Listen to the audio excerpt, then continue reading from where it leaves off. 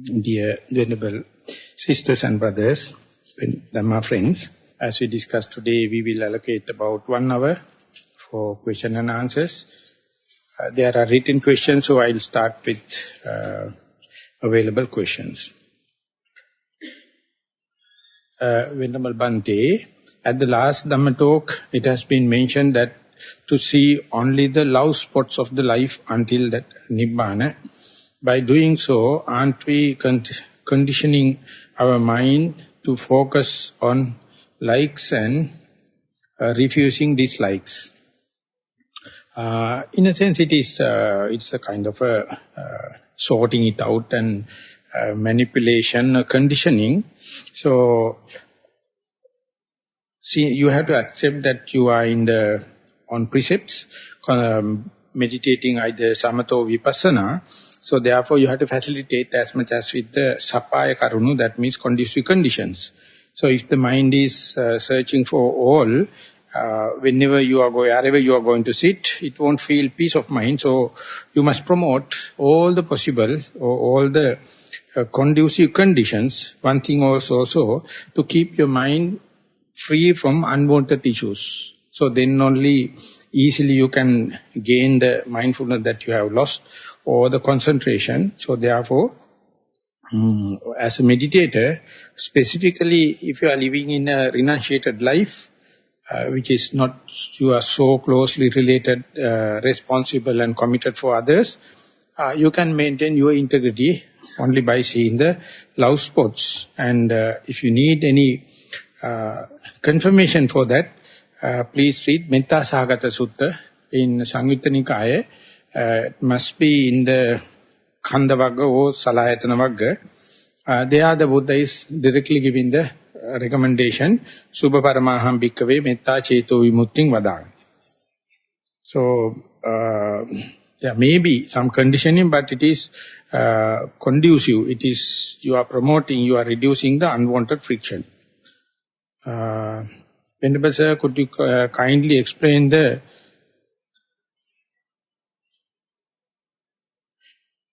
difference in meaning of Sakkaya Ditthi and Anatma?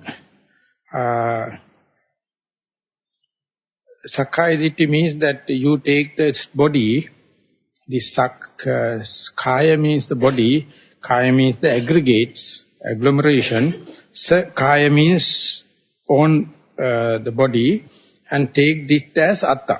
Sakkaya Ditthi is you take the material part as your soul. That is what you call Sakkaya Ditthi. And whenever you're talking about the Atta or Ditthi, it can be based upon materiality, feelings, perception, volition, or consciousness. That is what this Ananta Lakkana Sutta is going to analyze in orderly manner. So, the very first and foremost misunderstanding you are relinquish at the first path knowledge is, you understand this very body, Sakkaya, grossly, your physicality is not under your control, not governable. You have no any executive powers. So that is how the Sakkaya Ditthi is the very first. And gradually, first, second knowledge, third path knowledge, and the final, you are removing other possible anchoring points. And at the Arahant Pala, the last liberation, all possible the entanglements slowly reducing. So Sakkaya Ditthi is the least and easily removable, the first and foremost Ditthi. Others are much behind, and they are very deep-rooted. So by removing Sakkaya Ditthi, you are not completely getting rid of Anatma or Anatta Ditthi, Atta Ditthi, because there are some other places like feelings, perception and others. Once the Atta Ditthi given up the Sakkaya, still the others are making room for Atta Ditthi to come and anchor into. Venerable Bhante, you mentioned that Piti Passaddhi are Vipassana Kilesas. However, they are to be developed to fulfillment in the Bojjhanga. Can you please explain the difference? Thero and Saranai. So today I think we will be taking this little in detail. Each and everything in this world is necessary for your understanding of Nibbana. Nothing you have to get rid of, but you have to develop the attitudes, your viewpoints. So therefore, PT is good as far as it has known it magnetic, the power, the suction, the attachment.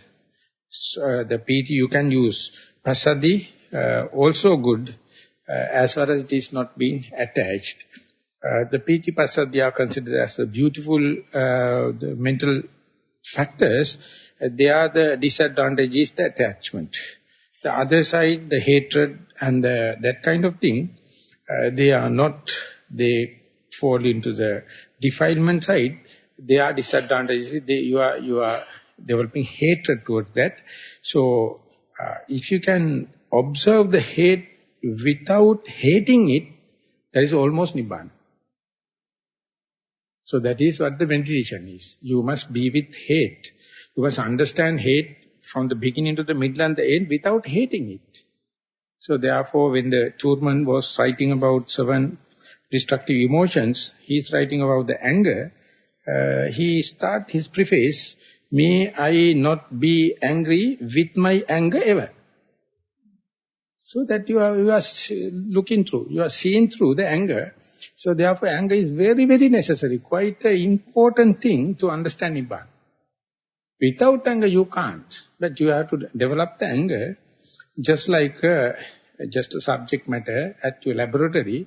See the beginning, the middle and the end. So then you will find it is so energizing. Anger is so creative. Anger is so productive. Anger is so rejuvenating. Anger is so energizing that you must know its hook. Disadvantage. Remove the disadvantages and then you can use anger. Without anger, there won't be any scientific development. All the scientific development came out of anger. But if you know its disadvantage, I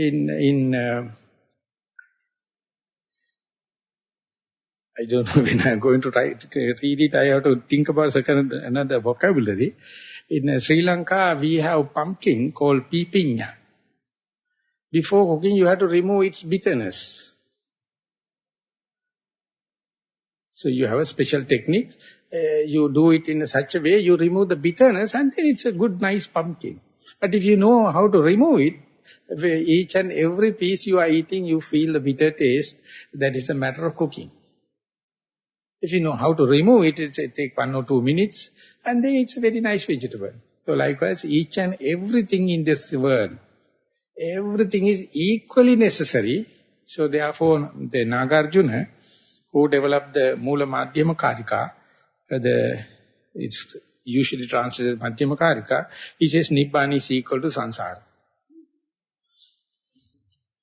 The day you understand the whole Sansara as it is, that is what you call Nibbana.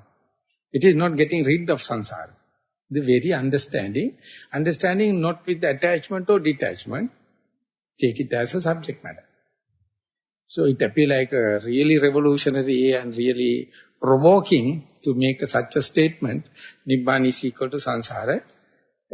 So that is how once you enlighten fully, you have no hesitation to the black color or the white color, or for the good or the bad, or something justifiable or unjustifiable, everything you can see happening in the panoramic worldview.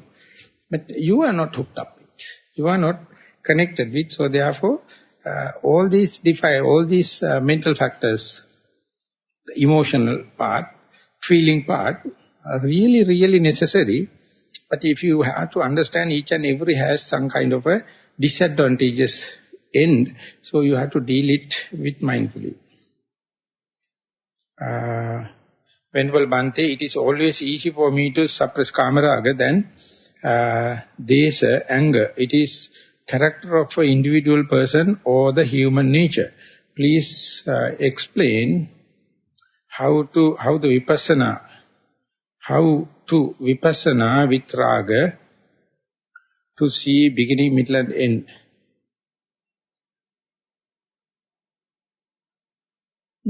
Kind of the misrepresenting or phrasing the question, it is always easy for me to suppress kamaraga than dosa, anger.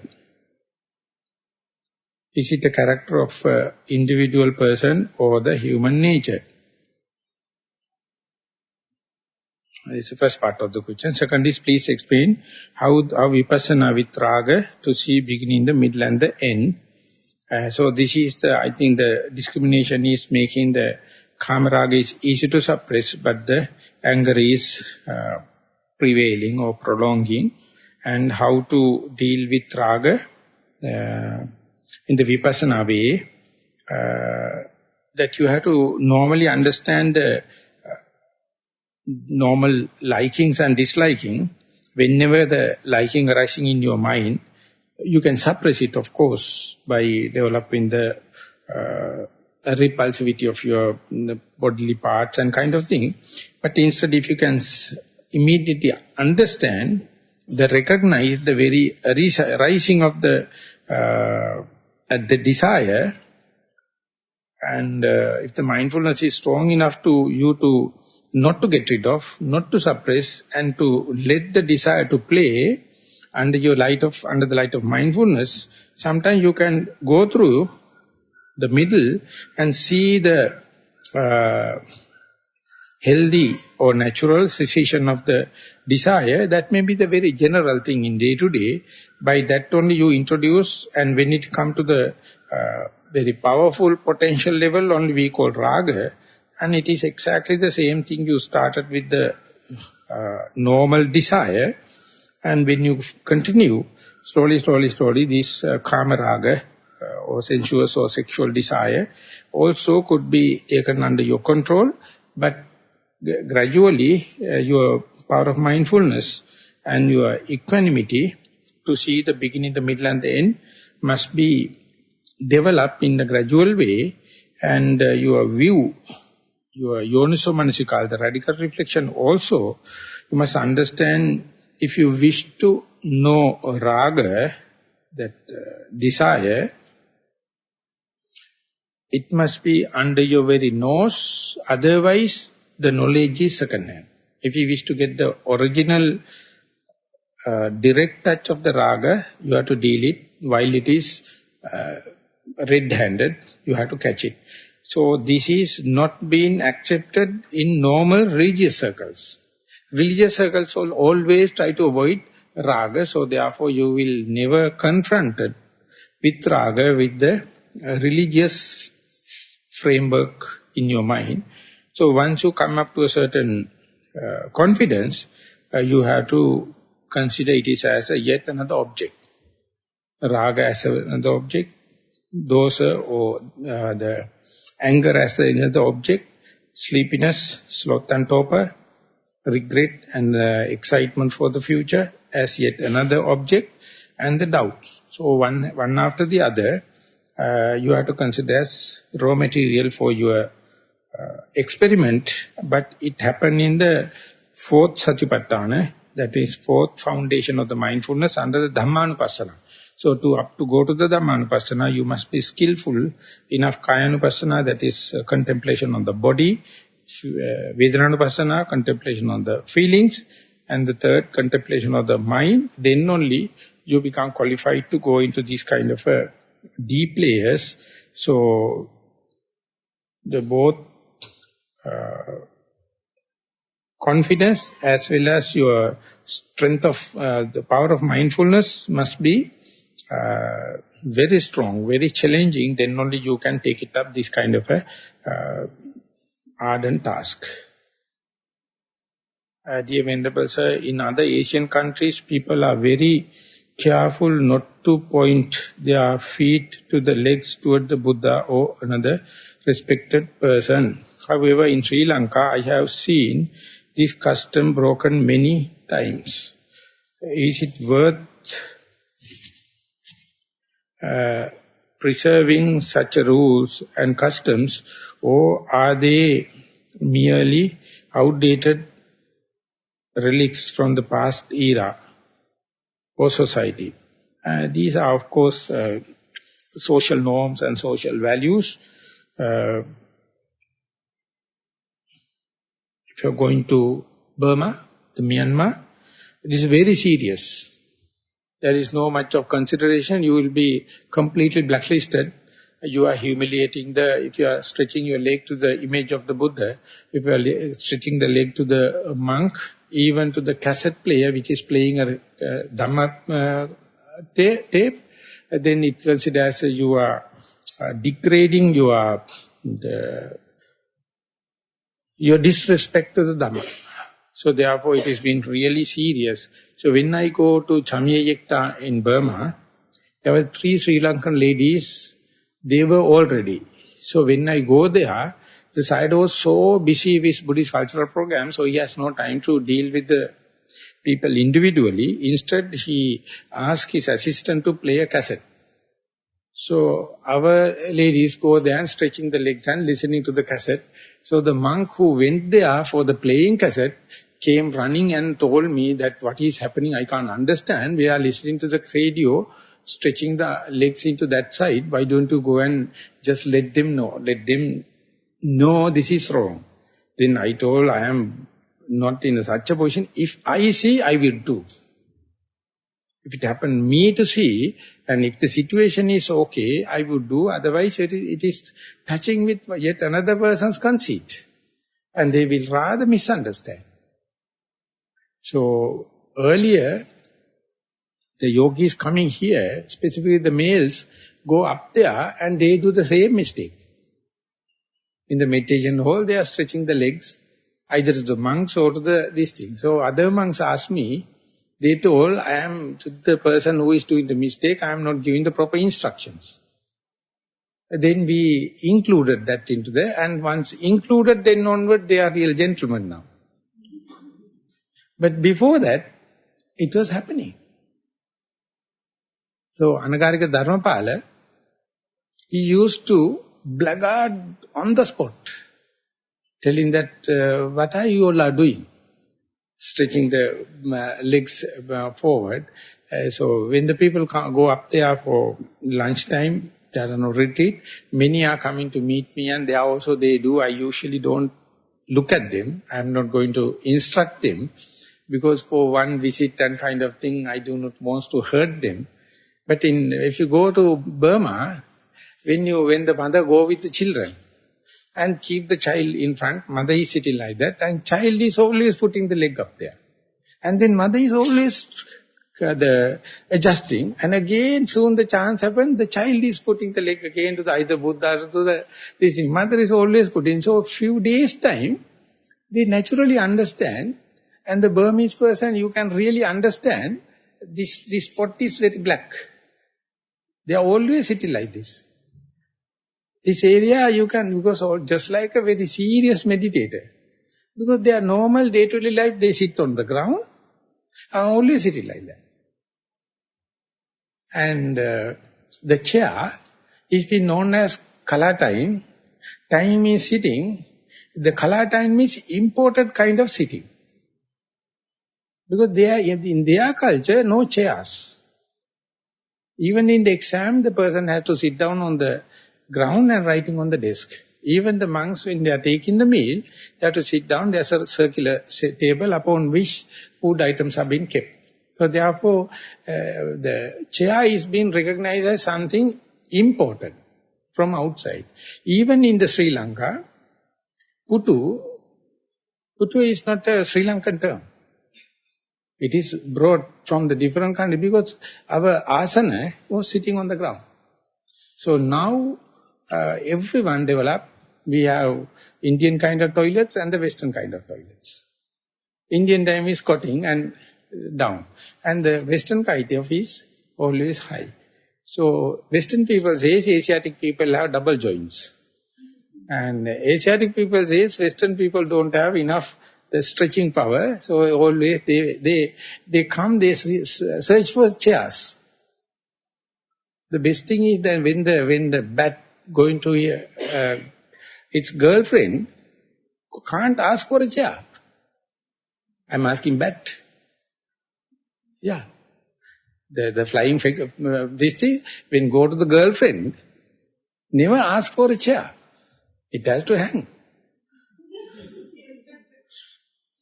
So that is why වවුලයි ගෙදරට ගියාම වැවිලි ගෙදරට වවුල පුටු ඉල්ලන්නේ නැහැ. එල්ලිලා ඉන්න ඕනේ.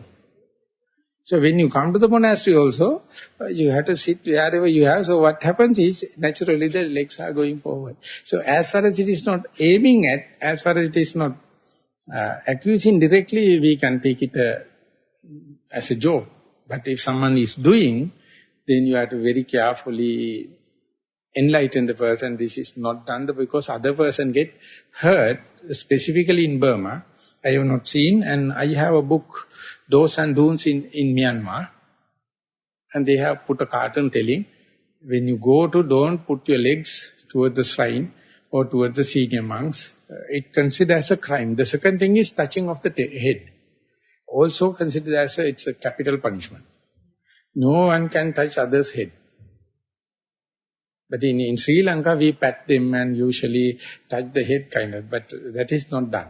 So these are some, how do you call, the social values. So you have to, when you go to Rome, you have to behave like a Roman.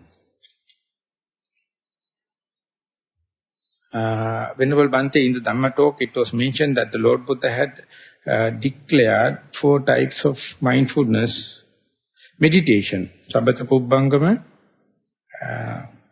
and ending with the Dhammuddacca. Could you kindly elaborate and, if possible, give the name of the sutta for further details? Definitely, this is you find in Patisambhida Magga. Patisambhida Magga, 2 parts. And I heard, but I have not seen with my own eye, in the Anguttara Nikaya Chatukka Nipada, book of 4, definitely it may find. You may find, otherwise definitely, I am sure in Patisambhida Magga, what? What sutta? Yugananda. Yeah, this is called that, yeah, thank you very much. In the Anguttara Nikaya, the book of 4, then sutta, name of the sutta is Yugananda. Yugananda means put 2 together. Savatha Pubbangama, Vipassana Pubbangama, Yugananda, and Dhammuddacca Pahana. Dhammuddacca Viggahita Manasa is the one it has been given. So, in this series of Dhamma talk, we will be again and again confronted with respect to the materiality, with respect to the feeling, perception, everywhere. When you are understanding this Dhammuddacca, the kind of a perplexity, kind of a disturbed mind happened due to the progress of meditation. That is the part. That is sometimes my mind is getting scattered off. It's a sign of progress. It is not a mistake. So therefore you must be very sharp. At least your teacher must be very sharp to see whether it is happening due to a defilement or due to the progress of meditation. So therefore it is very electric kind of a idea, indicating something happening natural. Venerable Sir, is it okay to begin Anapanasati Bhavana by observing the whole breath? What is the beginning, middle and end? Instead of only in the breath and out breath. It is more interesting and focus the mind is easier. Of course, this is also a specific question. You can expand this statement into many. So to say, at the beginning, according to Satipatthana Sutta or Anapanasati Sutta, famous, at the beginning you know, mindfully I am taking breath, mindfully I am taking out breath. And that is the beginning. From the set of instruction we gave at the beginning, first day, first you be aware of your symmetrical and relaxed body. And if the breath is going to take place naturally, you see in breath mindfully, out breath mindfully. When you are going, when it is ceases to exist, becoming subtle and subtler, only you can keep the breath face to face. At that time only It has been recommended for you to see the beginning, the middle and the end of the in-breath and out-breath. But if you are in a retreat, the early stages are not necessary. Directly when you open your eyes, when you go and sit, you feel the breath is face to face, you can see clearly the beginning, the middle and the end, like a wave. So if it is so, you must not be wrong way thinking I have missed the part or skipped the part, therefore try to pull back your attention to the early stages. It is not meant for, it is not asked for. So if the mind is and the breath is tamed, and if you can see the beginning, the middle and end, why not? And sometimes easily you can see the ending part of the out-breath. Very clear. So at that moment you may not see or you may not look into the beginning, the middle, but you start monitoring only the out-breath. That's enough. Sometimes even that not available, breath is almost subtle, that you are dead sure you are in the present moment. So at that moment you are not necessary to lean against breath. You just go with the same equilibrium, the same starting point, so to say, here now I am. That is the beginning and that will be the end also. So you know it is, mind is in the present moment. It has not focused into one point or not focused into the breath or the rising and falling, but very awareness that I am here. That may represent as just a vibration or light perception or light, whatever may be, and don't challenge it. Don't seek refuge of the breath or any object. Let the mind to continue according to the circumstances. This is happening whenever the mind gets the own momentum. Could you please explain the difference between the mindfulness and the concentration? When we are engaged in walking meditation, is there a component of concentration that is also applied, also which we are engaged in daily living activities? How should mindfulness and the concentration be balanced? Of course, there is a relationship between the different postures. The sitting posture is very conducive for the concentration to happen. Walking meditation is very conducive for the energy to arise, mobilizing the energy. And day-to-day activities good for mindfulness to become diversified under different challenges, the maintaining. So therefore concentration is best in sitting. Next is the walking and the least in the day-to-day activities. But the mindfulness and the concentration are two mental factors. Mindfulness by its nature is just penetrating into the object is indiscriminately, whether it is good or bad, whether it is pleasurable or unpleasurable. The concentration is the character, it is focusing power, concentrating into one point and known as one-pointedness. If you wish to have another synonym for the mindfulness, you can say the diligence. The diligence and the mindfulness considered as synonyms. Concentration and one-pointedness considered as the synonyms.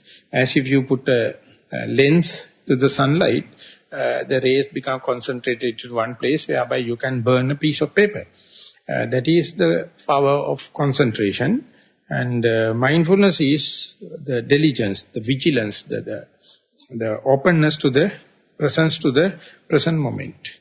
And you must understand the relationship, and you must use strategically when and where you need energy, you better go for walking meditation. When and where you feel concentration necessary or conducive for concentration, sitting meditation is the one. So likewise, even though at the beginning we have a regular timetable for everyone, individual when you are progressing, you have to have your own timetable and it must be adjustable in order to maximize the relationship between the mindfulness and the concentration. Venerable Sir, my practice is in a stage in which the strong concentration and deep insight that I used to have some months and even years before are no longer with me.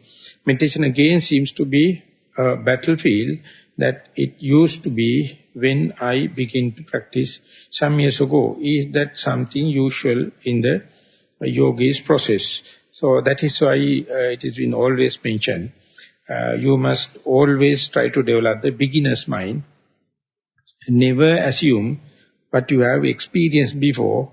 So the Suzuki, getting the best of the Theravada instruction, he wrote the book, Zen Mind, Beginner's Mind, the one of the best books.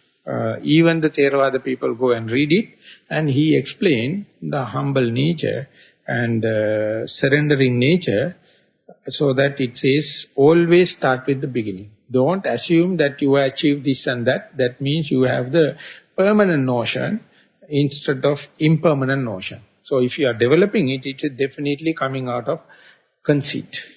And you may arrogance and ask question, why I have developed so much characters, by now again I have to start with the beginning. Why it is, that is, your conceit is working, so always start from the beginning. And it says, even if you achieve the first Magga Jnana, and if you are fighting for the second, if you are going for the second, again you have to start from the beginning.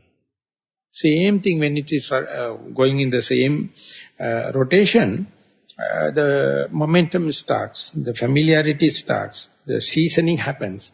Through that one, the second path happens. So therefore, in the Theravada tradition, the most important, most critical, most the relevant part is the beginning. Don't think that in future you are going to have big, long formulas and things to remember and kind of thing. As far as you are maintaining the beginner's mind, everything is prepared, everything is ready. But if you are going to assume, even a teacher can't help. When you are mindfully observing a sensation, for example, pain in one knee is during meditation. When other sensation arises, for instance, more intense pain in another part of the body or a loud sound, where do you keep your focus of attention? Let the object to decide, or the prominence of the object, strength of the object to decide the path. Don't get involved with the rational mind.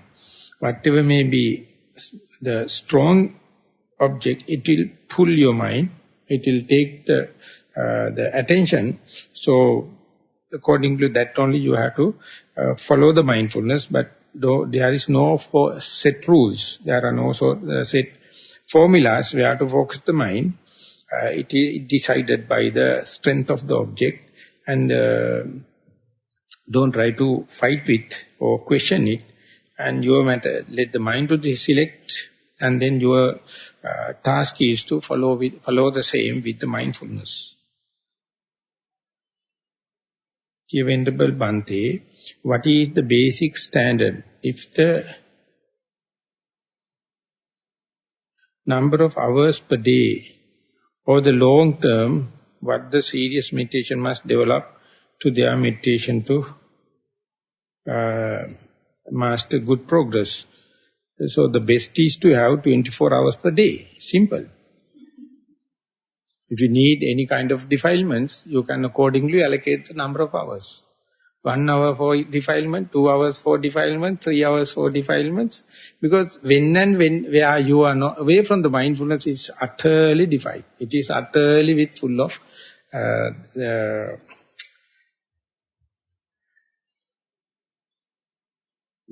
defilement is the term.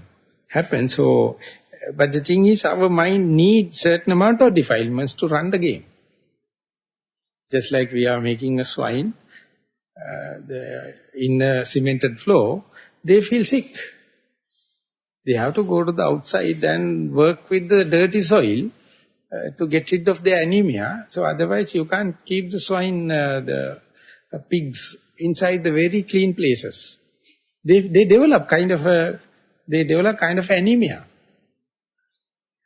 So once in early times when as a lay person, once in a way I have to go to an Indian restaurant and eat some thosai.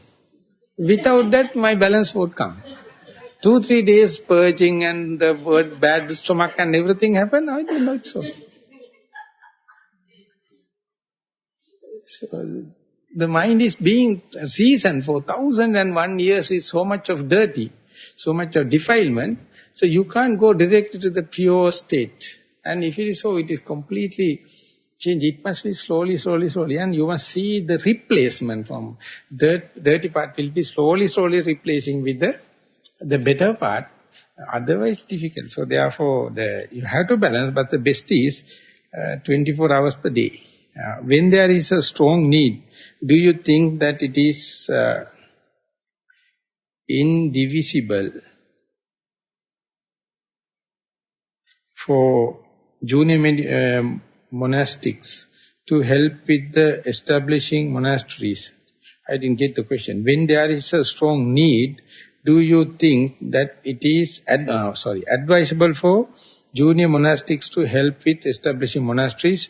Do you think that this type of generosity and sacrifice will contribute to their practice and development of over long period?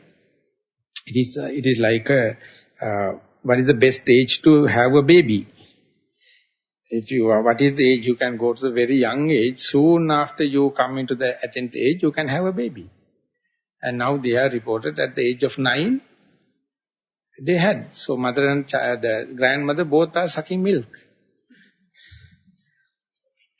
But the thing is that you have to balance between the internal sasana and external sasana. Internal sasana means your own development of restrainment of moral training, concentration and wisdom training, and the external help to the others' development of the Sila Samadhi Panya, wisdom, concentration and morality. So, if you do not measure it, definitely you lose both.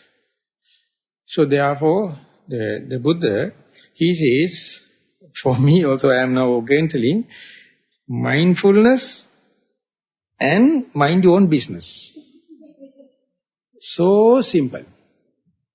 If you are going to think about big, that means that you are asking for trouble. So last time before I came out from the Perth, they wanted to get together and again say goodbye. Then I told, my last message is, mind your own business.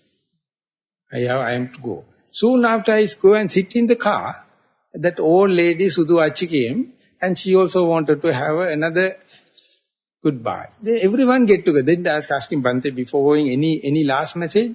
I told, mind your own business, I am leaving.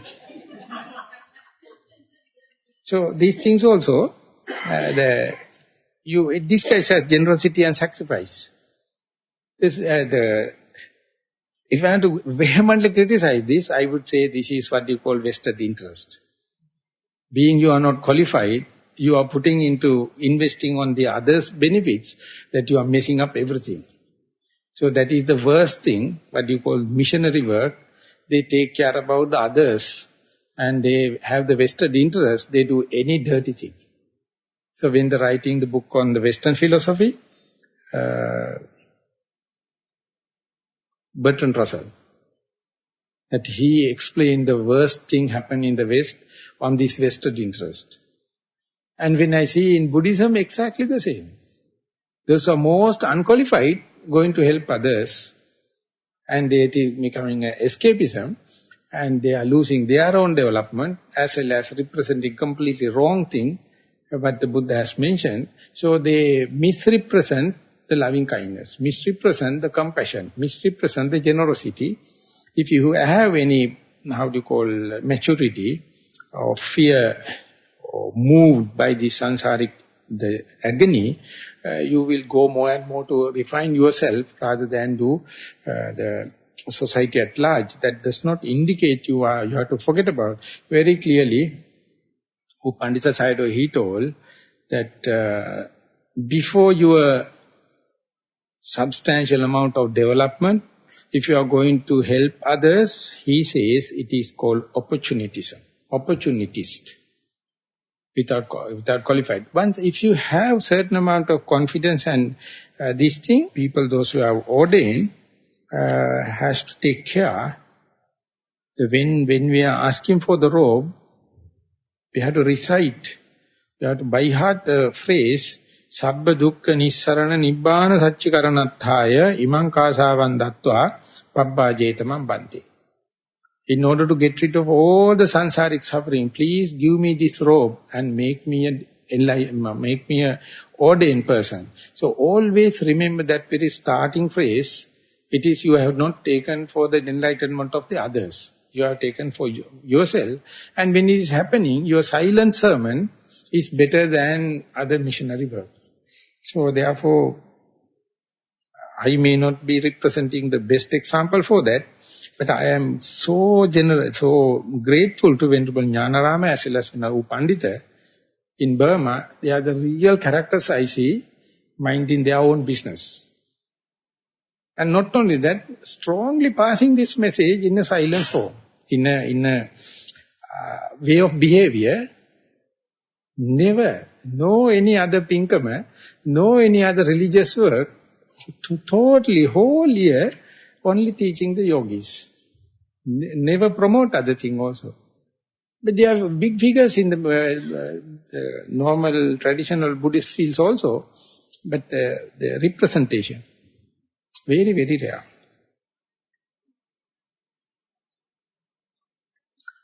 Could you please tell us the 10 upakilesas that you mentioned in the previous sermon talk so that we may recognize then if they will arise? These things will come today also in the series of Dhamma talks, as and when we are going one aggregate to the other, each time we have to refer what are the possible trap holes or the pothole or pit hole? Pit hole. Pitfall. On the road you have pitfalls. Pothole. Yeah. And the other traps. Pitfalls. Yeah. Pitfalls and the potholes. Whatever may be. On the way there are a lot of. So whenever it happens, if you know, you are safe. Our Theravada tradition is so well mapped. Those who do not know still fall into the same trouble. But it is not the mistake of the tradition, mistake of the dispensation. It's very clearly indicated, but very difficult to grasp because your misperception, your ayoniso manasikara, otherwise it is well drafted and well mapped. So you have to slowly, with you, of course, your own mistakes, understand how detailed, how in a meticulous way the Buddha has given it to carry up to 2,600 years without mixing up. Otherwise, then and there you have to suffer a lot. Each and everything miss it, you have to suffer. So ultimately you will say it's your bad luck or the other person is making bad things, kind of, no. Repetitively you are doing, you understand the pitfalls or potholes or whatever. Dear Venerable Bhante, how to enter into the different levels of sainthood, stream enterer? Does meditation itself help to achieve it? How does one know he or she has entered the stream? Does one have to enter monkhood after entering the stream? After entering stream wall, can it be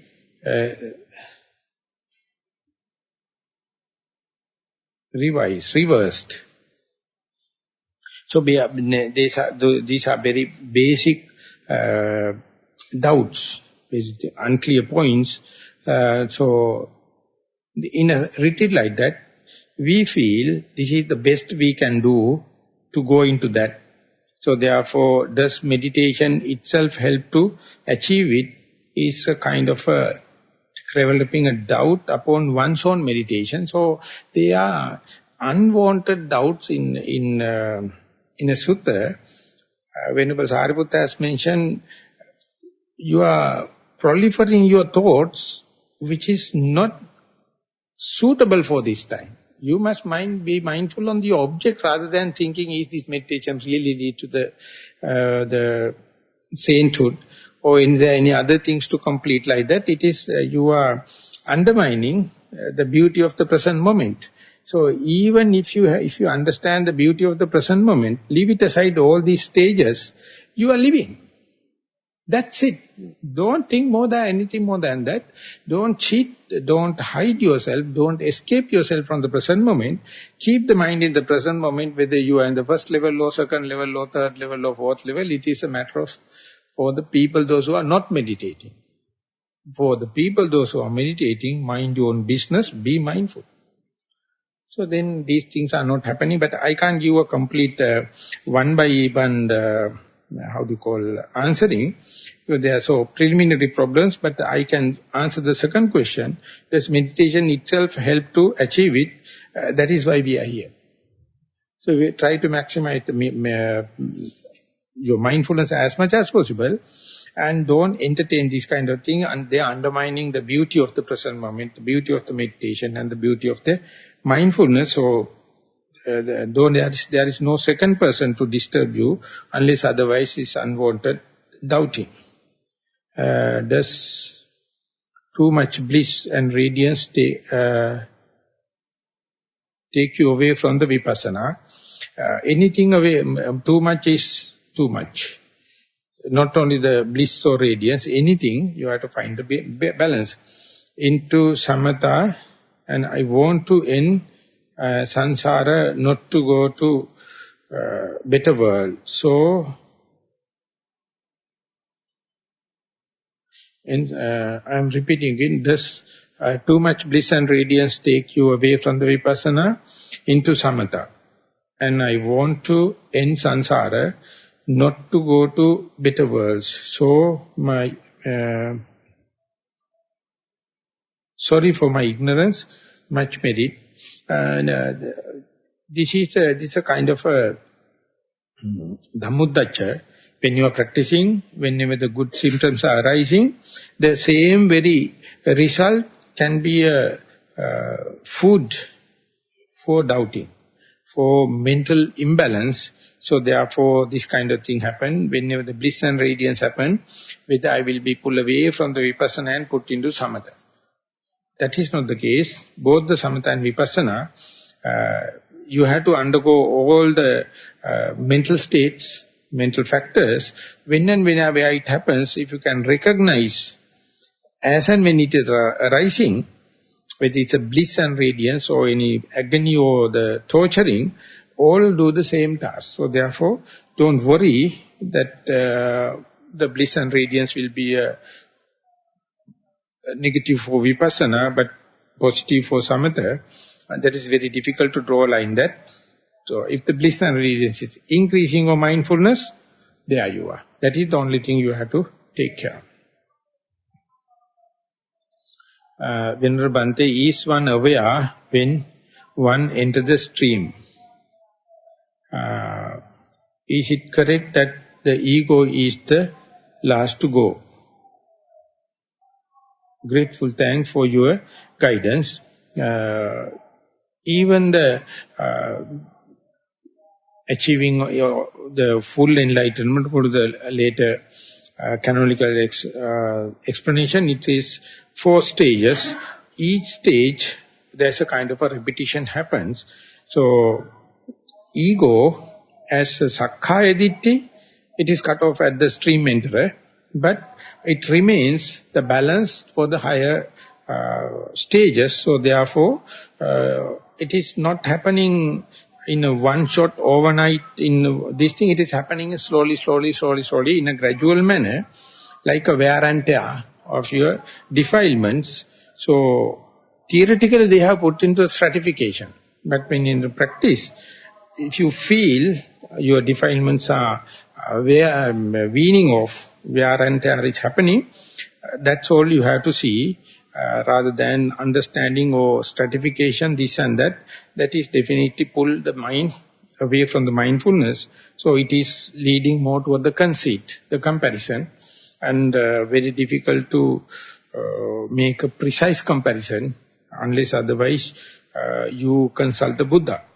So in order to not to have any hindrances, you have to keep on mindfulness without comparing you with the others or your stages. They are not really promoting the vigilance. They are promoting the comparison, and it is kind of a defilement. It is happening more related to the conceit. Dear Venerable Bhante, in sitting meditation, sometimes there is a white light. White light. Is that part of mental prolification?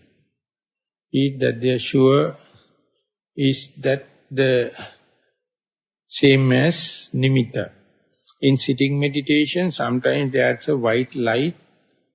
There's one word, white light, I can't read it.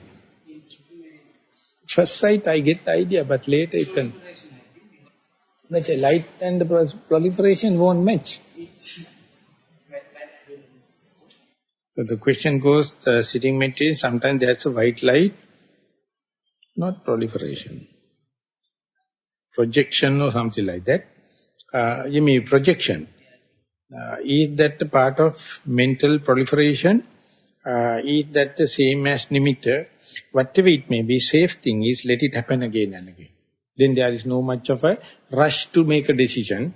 As and when it happens, you're going to make a decision, make a judgment, and that make tension. So that is the only thing you have to avoid. Let it happen again and again, as far as it is not making a big damage or big upheaval. So let it happen again and again. That is we call mastering or seasoning. So that is the part and parcel of the patience you have to have. Instead of when something happens, if you're going to interpret it, definitely you have to wait and interpret it rather than continuous with the mindfulness.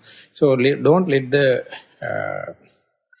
this entertaining of doubts or mental proliferation to fertilized.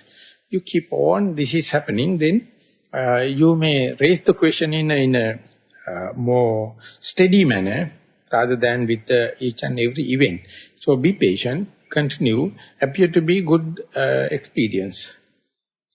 Venerable Bhante, with your guidance and much merit to you, I am practicing with, it's also some spelling difficulties, so one before the last. What is more beneficial regarding walking meditation,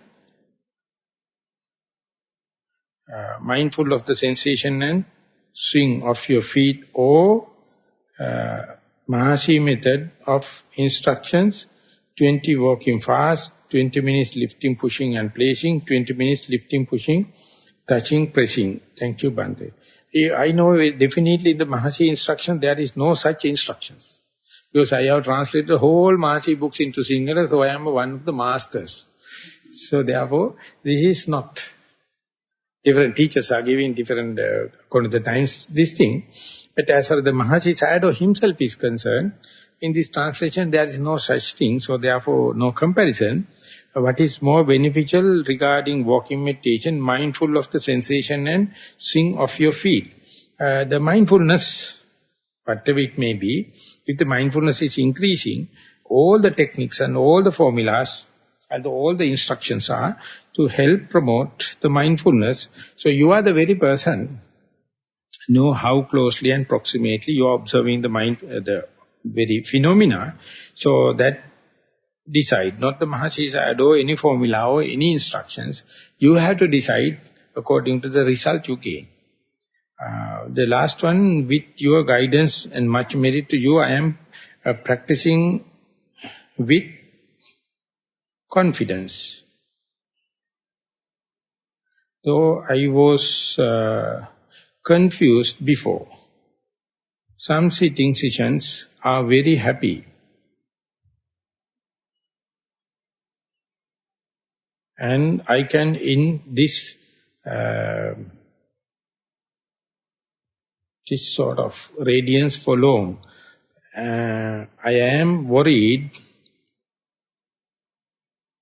still the same. It is worrying that whether it is leading to vipassana or samatha. I will miss vipassana and can do more samatha. So this is a kind of a phobia, because many people do not expect this kind of a light and the concentration and kind of positive signs in vipassana. That is because the lack of practice. There is no, that is what I like Ajahn Chah. He never see any samatha vipassana. He says meditation. All the experiences are the same. And in Sri Lanka, it is so different, like a Tamil and Sri Lankan. For the samatha people, vipassana is poison. For the vipassana people, samatha is poison, so they are fighting each other. Unwantedly. Because both of them has to go hand in hand. The Yuganatha Bhavana. So wherever it may be, the very easiest or simplest, shortest method is, don't worry about these kind of, be aware of the mindfulness. If the mindfulness is guarding yourself, definitely it is correcting the meditation, and you will learn all the necessary ways and means. So therefore, whether it's a light perception or whether it's feeling or kind of thing, take care about the mindfulness. If it is continuous and if you can promote it, that's all you can do. All the other things are coming out of half knowledge. They are not durable, they are not lasting decision. So therefore, take the mindfulness. This whole meditation retreat we consider as the establishment of mindfulness. Okay, now we have almost finished 1 hour. So in another hour's time, we will be coming here for a group meditation. And 4:30 we will be meeting here for today's Dhamma talk. Okay, thank you very much.